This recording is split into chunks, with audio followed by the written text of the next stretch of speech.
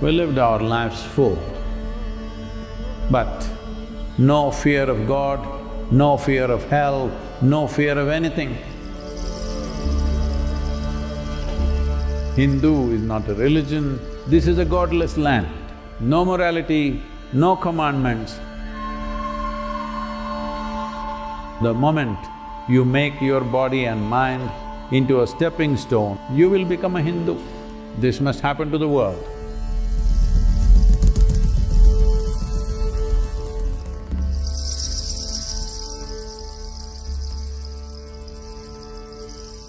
Hindu is not a ism. Hindu is a land. And over a period of time, Hindu became a civilization. Hindu never was an ism, nor is it today an ism. Well, because of political situations, power tussles that happen among people, people will twist and turn whichever way they want. But the identity of Hindu is of the land that lies between Himalayas and the Indus-Sagara, which is the Indian Ocean, between the mountain ranges and the ocean. This land is Hindu. The people who lived here naturally became Hindus, so it got referred to as Hindustan, the land of Hindus. The land was Hindu, so people became Hindu. Because people became Hindu, the nation or all the nations which were there at that time in this region became collectively Hindustan. Like when we say European, it may be French, it may be Italian, it may be Spanish, it may be now Ukraine. We don't know who else will become European. Turkey is becoming European. So, like that, different types of people, different kingdoms and empires during different times of history all got referred to as Hindustan. A civilization is not an outcome of one belief or one teaching, or it did not fall out of one book. Variety of things happened. In terms of geography, in terms of ethnicity, in terms of languages, in terms of culture, variety of things happened across this land.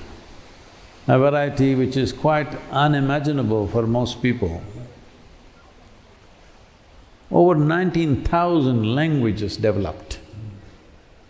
19,000 languages just in Hindustan. That means there were that many cultures, that many types of people, that many kind of cookings. Yes. Various things, a kaleidoscope. Every which way you look at it, it's different. But what is it about? If human intelligence is freed from fear, guilt, and some silly reward somewhere else, whether you call it heaven, paradise, swarga, whatever you call it, some silly rewards up there, or fear of punishment, or guilt. If these three things you remove from human mind, naturally human intelligence will seek. Essentially, the idea of heaven or paradise or swarga is appealing only because they're infested with greed. What is here is not enough. Something more out there. Silly exaggerations of what you know here. If these three things are removed from human intelligence will naturally seek the ultimate nature of who we are. So in this search, this civilization encountered astronomy. Today, everybody's got intellectual property rights. India is the only country which doesn't have intellectual property rights. Everything that's Indian or that belongs to this Hindustan has been stolen and used all over the world, everybody claiming it as their own. Well, because they had gunpowder. That's a lot of power, you know. So, we encountered astronomy, we encountered mathematics. There wouldn't be mathematics in the world without this land and this civilization.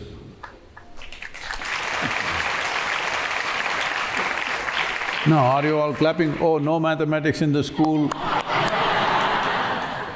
No, that's not what I'm saying. If there is no mathematics, there is no science. All the many things that we are doing in the world today, many things we are enjoying in the world today in terms of technology would not exist if there is no complex mathematics which we encountered in our pursuit, in our search, because we had no conclusions in our minds. We had no fear, nor were we infested with greed or guilt. We lived our lives full, but no fear of God, no fear of hell, no fear of anything, because we saw the most important thing is to seek, to know. So astronomy, mathematics, music, well, there are variety of music, but if you pay attention, you will see the classical music that evolved in this land. In terms of complexity of its foundations, there is no other like it. This is not my opinion. The greatest musicians in the world will say this. When there is a complex foundation, what you build can be anything. There is no limit. If you do not have a complex enough foundation, what you build is minimal. What you can build is minimal. So there is a very complex understanding of mathematics, different aspects of it, particularly geometry, astronomy. This is the culture. Even 6,000 to 7,000 years ago, clearly we are speaking about the planet being round and planet going around the sun. We did not believe that Earth is the center of the universe. This came to us not because we were full of scientists in this country, this came to us because we were seekers. If you're genuinely into science, you must be a seeker. You can't be a believer and be a scientist. Simply not possible. Because belief means you've made conclusions about things that you have no clue about. All these things we encountered, we came across mathematics, music, astronomy, mysticism, many magical and mystical things, but we still pursued, because our pursuit was not to find this and that which we think is useful to us. We want to find the truth about our existence, the nature of what this is. In this pursuit, we pursued endlessly. As the seeking and the pursuit and the perception deepened, and it became very profound, we found nothing. When we found nothing, we said, Shiva. Then we found the basis of everything was this nothing. The greatest miracle in the universe is this, that everything comes out of nothing and goes back to nothing. Everything else, what you call as you and me, what you call as this planet, what you call as this solar system, what you call as this universe or galaxies or cosmos, these are all only manifestations. But we were not interested in the manifestations. We enjoy the manifestation, we appreciate the manifestation, but our interest is to know what is the nature of the source. We realized the source is actually not something, it is nothing. And it's not in one place, it's just everywhere. So we say Shiva, that means that which is not. Well, people could not relate to it, so they were looking for a form. Then human beings who are in very profound pursuit, who realized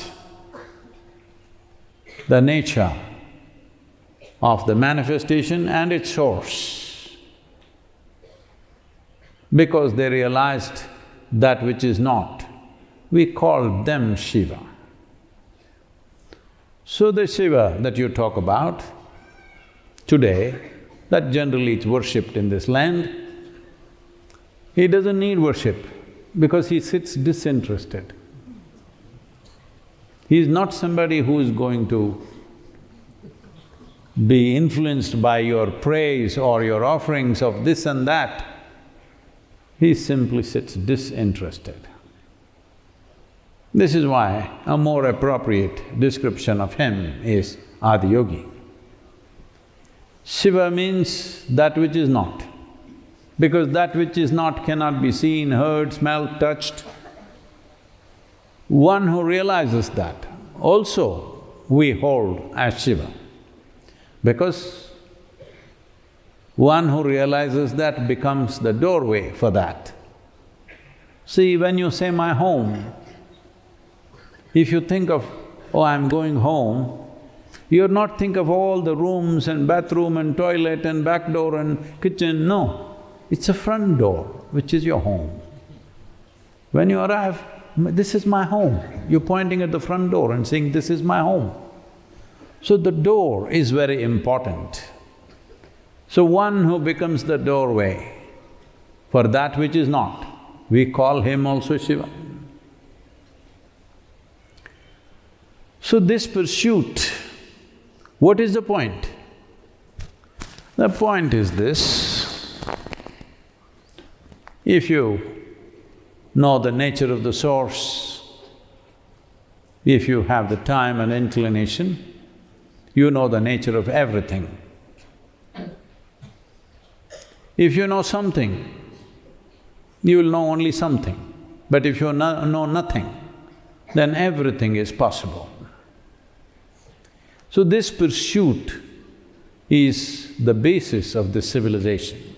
This is a land of seeking, not a land that believes. This is a godless land. There is no the God anywhere. As I have told you many times, we know the technology of God-making. Well, there are words like this, we say call something Bhagwan. You must understand the Bhagwan.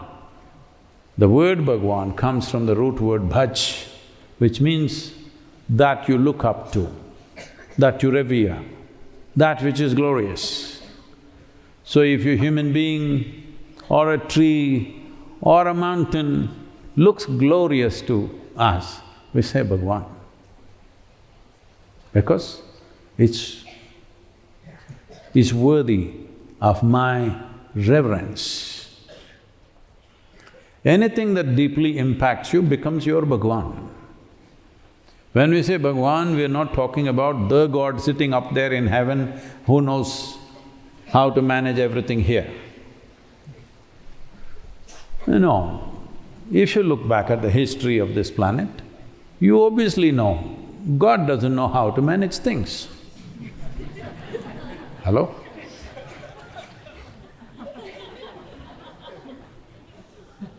Are you willing to hand over your life to God and say, do it the way you want? No. Things that are not in your hands, you're willing to give it to him. Things that are in your hands, your money, throw it in front of the temple and go away, let me see. No. What you don't have, of course. Lot of people come to me also and say, Sadhguru, usir kuduthruve Sadhguru. Ayyo, usir uduvendappa. That means I'll give my life to you, Sadhguru, right now. Don't hold it, huh? Hold it. If you hold it there and then give yourself, then I know how to use it. If you give it away, what do I do? So, this is not that kind of civilization. This is a civilization of exploration. And whichever way you explore, it is regarded well. You may explore in a very stable, proper manner, or you may explore in freaky ways. Whichever way, as long as you're seeking. In this culture, it's okay. There are very systematic disciplines in the country, in this land. At the same time, there are absolutely wild ways. There are agouris, there are tantrics, there are variety of people. Because nothing is a taboo, as long as you're seeking. As long as your intent is to touch the core of life that you are, knowing that the core of life is not somewhere in the center of the galaxy. The core of life is in every life. Whether you're a man, woman, animal, even if you're an ant, the core of life is within you also. All you have to do is find it. All you have to do is find access to it. You don't have to invent it, you don't have to make it up. You just have to find access. Life cannot be happening without the source of life throbbing inside, otherwise it'll not happen. So today, human intellect is not yet, but definitely far more active than what it used to be 500 years ago or 300 years ago or even 100 years ago. Becoming less influenced by the dogmas of the times. The dogma can be your religion, the dogma can be the current political ideology that's going about, the dogma can be some local philosophy. At different times, different things have ruled human beings. For the first time in the history of humanity, intellect, the human intellect, is not as ruled by the dogmas of the place or the doctrines of the times as it has been in the past. I believe this is going to be much, much more in the next 15 to 25 years, where human belief systems will become very thin. People only believe to the extent it's necessary. Already it is so. Hello? Only to the extent it's necessary. Rest is all in your hands. You don't trust anybody. Well, I'm not encouraging that, but it's a good beginning.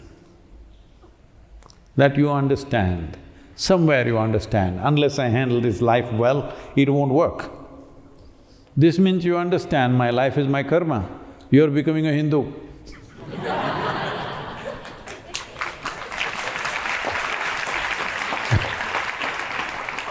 So, you must understand Hindu is not an ism, Hindu is not a religion, Hindu is not a particular way of life as people are trying to define. Hindu is a land. Because of the land, people became Hindu. Because of the people, the civilization became Hindu. Because of the civilization, the nation became Hindustan. So, this needs to be understood that if you release human intellect, as I said earlier, from the influence of fear, from the influence of guilt, from the influence of extreme greed, you will become a Hindu. Or Hindu, maybe in your mind, the context is very small, it's a particular type of people. No. So let's put it this way.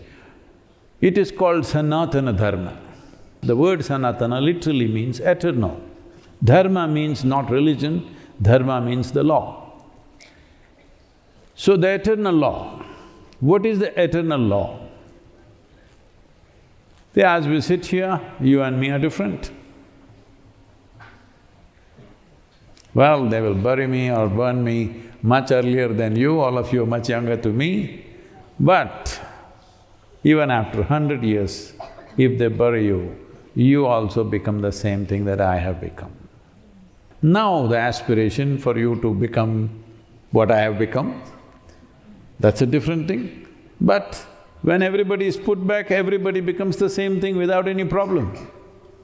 So the realization that everything comes from the same thing, will it happen to you with death or now?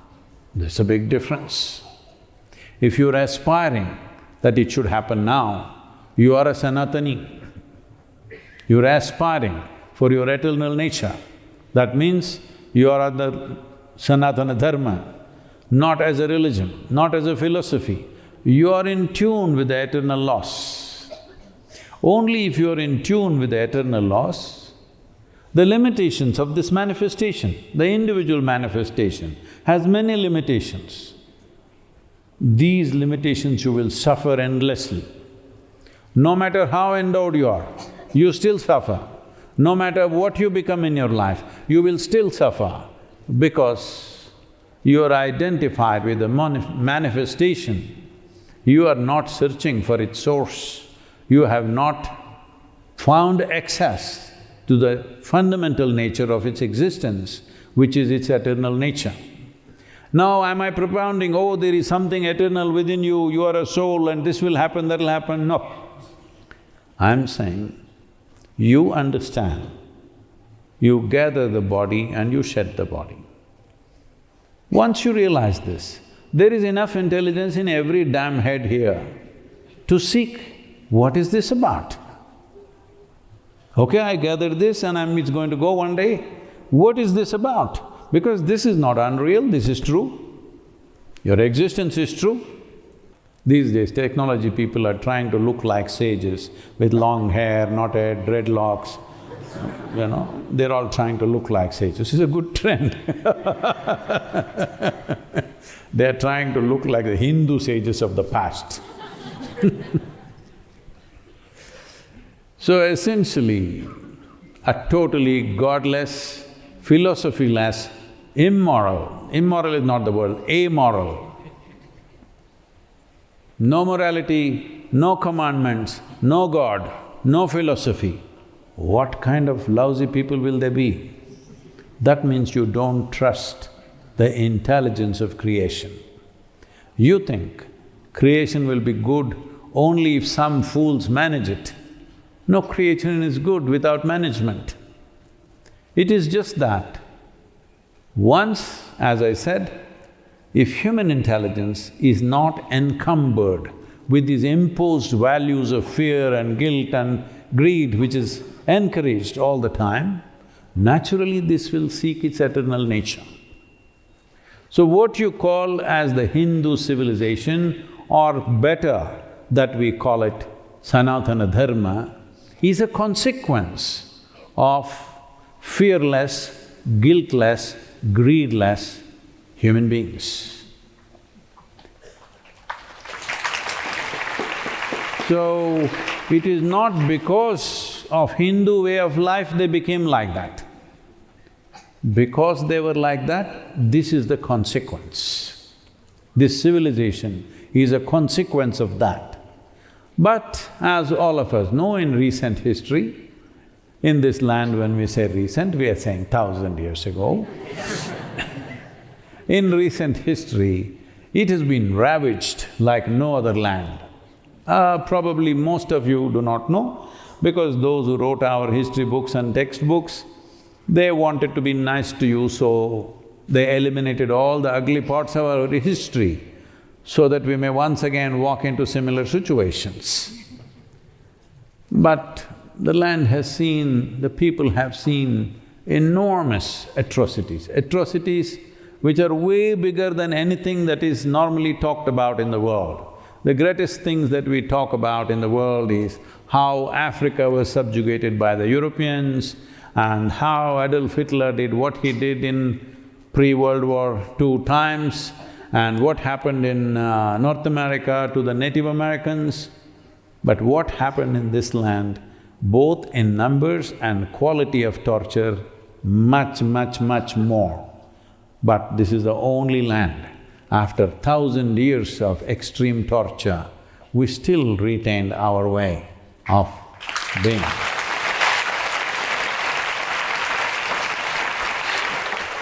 This is simply because of the way the entire thing was naturally structured.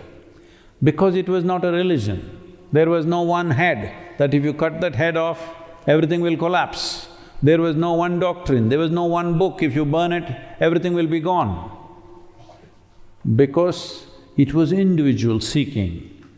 The invaders who came, they did everything possible. They killed all the leaders, religious teachers, they ravaged thousands of temples, but they didn't know how to kill it because it was in everybody's hearts and minds. You cannot kill that one. Because it was not a philosophy that could be corrected. It was not a belief system that could be obliterated. It was a natural longing to know. There is no way to curtail that. As I said, I'm repeatedly saying this, if you free this mind of fear, greed and guilt, this will naturally seek its eternal nature. Because of thousands of years of establishing that kind of thing, doesn't matter how much torture, it still lived. This is the only land which has been invaded with the vengeance or with the force with which it has been invaded, still retained its culture to a large extent. Damages happened, but it retained because this is not the culture which is organized. It is an organized kind of chaos, intentional chaos, because you can't destroy a chaos, you can destroy a system. Hello? You can destroy a system, but you can't destroy a chaos. So it doesn't matter what they did, it survived. A lot of people are writing books today around the world, many American and European writers, they're amazed how this culture survived. How did it survive? What is the basis? Where is the foundation for this? No foundation, that's why it survived.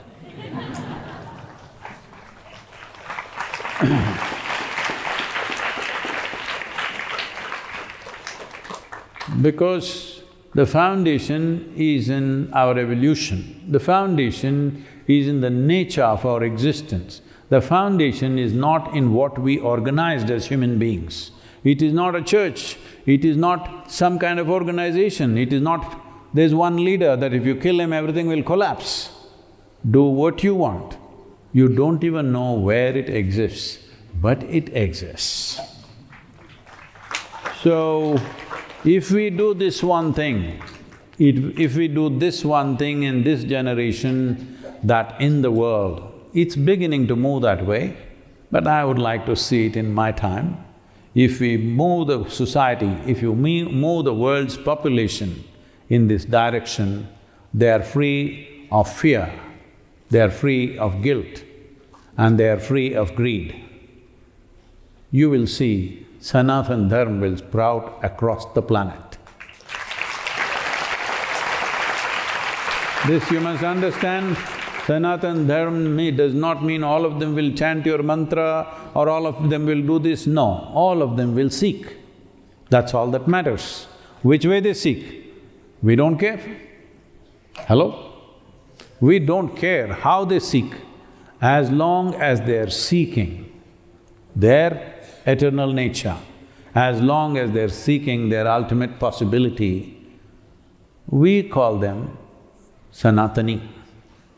Because Sanatana does not mean a particular group of people, Sanatana means eternal nature.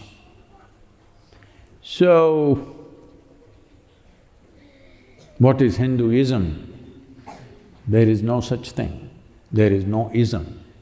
People are trying to make it into ism for survival purposes, unfortunately. But I don't fear survival, I only see a metamorphosis. Many people think I am not Hindu enough because I don't know I'm not doing any puja, I'm not doing any mantra, I'm not going here and there and doing what a Hindu is supposed to do. So what kind of a Hindu is he? Well, because I'm born in this land, in terms of geography, I am a Hindu. Because my longing has always been to know the eternal nature of who we are, and because of that I am a Sanatani, not because I subscribe to any of their philosophies. I want to see every human being looks for that which is the ultimate nature of who we are. Then everybody is a Sanatani, but don't think they are converting to your religion, because there is nothing to convert to. There is no ideology, there is no philosophy, there is no God, there is no God's army for you to convert and join. It's just that from its manifestations to its source, your attention has shifted from the manifestation to its source. This means you're a Sanatani, because manifestations are always transient. It's like a footprint. It'll be there today, it'll be gone tomorrow. But the source is always there. So once your interest has shifted from the body to the source of what it is, you have become a Sanatani. You're seeking the eternal nature. This must happen to the world, not as a religion, not as a philosophy, but as a natural longing to know beyond what is right now manifested, because manifestations are many and fantastic. But if you get identified with the manifestation, then you will become so small that… See, largely human beings don't even consider other lives as life. Only human is life. But now in that also, in 21st century, we've come to a place where we're beginning to think men and women are two separate species. Hello? We don't think we are the same species anymore, we are different species. Because everything you have to say, both. But now there are many other species. I'm not saying this with any disregard for anybody, I'm just saying we are unnecessarily complicating a simple process of life. First of all, biology is a simple thing. Its purpose is very simple and limited. We don't have to complicate the biology. See, when we say, you are a Sanatani, this does not mean you're disregarding the biology or the psychology of a human being. We are not going away from it, we want to be above it, that's all. Is it worthwhile? Yes. We are not talking about discarding it, we are not talking about moving away from it. We want to be above it so that we can use our biology and our psychology the way we want, that our biology doesn't use us up. But for most human beings, their biological needs and psychological needs are occupying the whole time of their life, isn't it? They don't get to settle their biology or psychology for their entire life. If they live to be 100, they're still desperately doing the same things. So, Sanatana means this, that you're above the manifestation of physiological and psychological manifestations that we have, and that goes for every manifestation. But your biggest blocks are your own body and your own mind. If I take you to a place, let's say we took you to the greatest, most sacred place in the universe, There are steps. But you misunderstood steps as blocks. What to do? Tragedy you are, isn't it? Hello? Right now, that's all that's happened. This body, this mind, this level of cerebral capability, these emotions, these energies, this chemistry, these are all stepping stones. But you're right now experiencing them as blocks in your life. They're blocking you completely. Life is getting mortgaged just to settle physiological needs and psychological needs. You can call it what you want. You can call it religion, you can call it family, you can call it marriage, you can call it whatever. But essentially, life is getting mortgaged just to settle physiological and psychological needs. These are stepping stones upon which you should stand and climb and go beyond. But unfortunately, they have become sinking sands. So the moment you make your body and mind into a stepping stone and stand above that, you are a Sanatani.